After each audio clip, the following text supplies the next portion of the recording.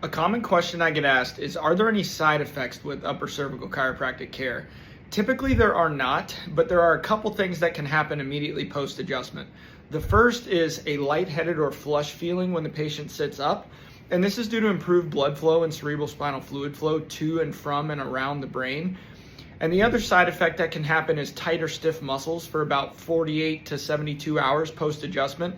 And this is just due to us shifting the weight of the spine directly under the head. The muscles have to adapt to that.